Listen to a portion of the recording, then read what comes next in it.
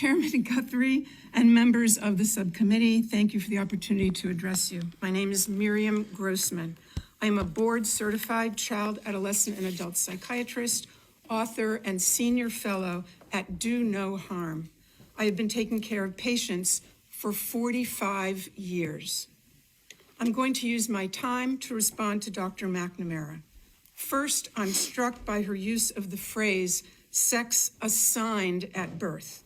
Sex is not assigned at birth. Sex is established at conception, and it's recognized at birth, if not earlier.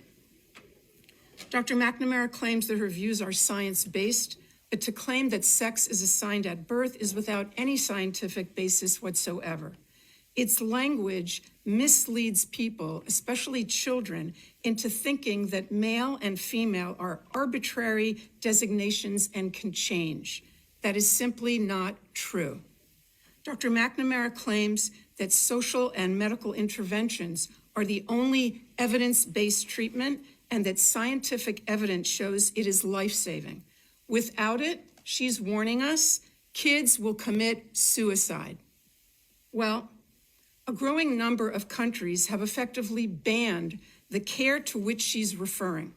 And thank God there's been no wave of suicides or other mental health catastrophes.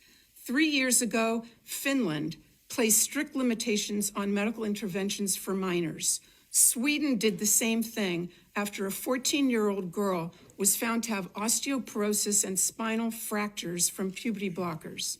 An investigation concluded, quote, the risks of anti-puberty and hormone treatment for those under 18 currently outweigh the possible benefits.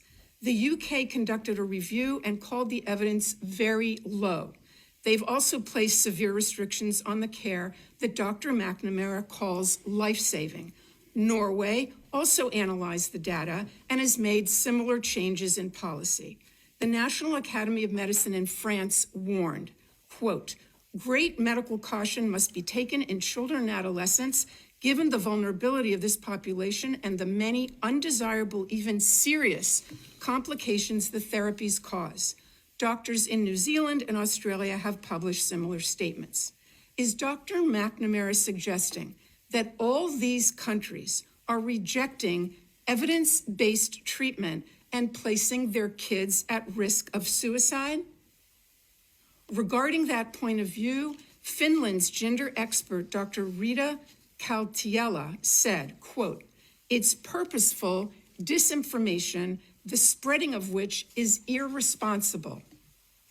All 7 countries, and Florida too, of course, concluded that kids don't need their development interrupted, the girls don't need their periods stopped and their voices lowered, and the boys don't need to grow breasts.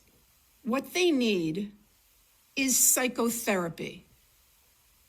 I have other objections to Dr. McNamara's testimony. She insists that her position, only hers, represents standard medical care.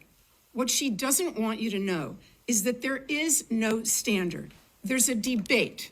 There's a fierce debate. And on the side opposite her stand such prominent figures as Stephen Levine, Kenneth Zucker, Paul McHugh, and James Cantor, among others. These doctors are giants in the field. They have been treating transgender patients and gathering data and publishing papers about them, and I mean no disrespect here, but since before Dr. McNamara was born. The point is that those veteran clinicians and others who have wisdom and experience are ignored because they disagree with the current narrative. They're against medical interventions for the same reason those 7 countries are. There is no evidence of long-term benefit, but there is evidence of harm. I'll end by quoting Jamie Reed, the courageous whistleblower from the Children's Gender Clinic in St. Louis. I believe that that hospital receives the medical education funding that we're discussing today. She said that doctors at that clinic said, we are building the plane while we are flying it. We are building the plane while we are flying it. That's how they described the treatment at their gender clinic. Our precious tax dollars should not support such a perilous experiment. Thank you.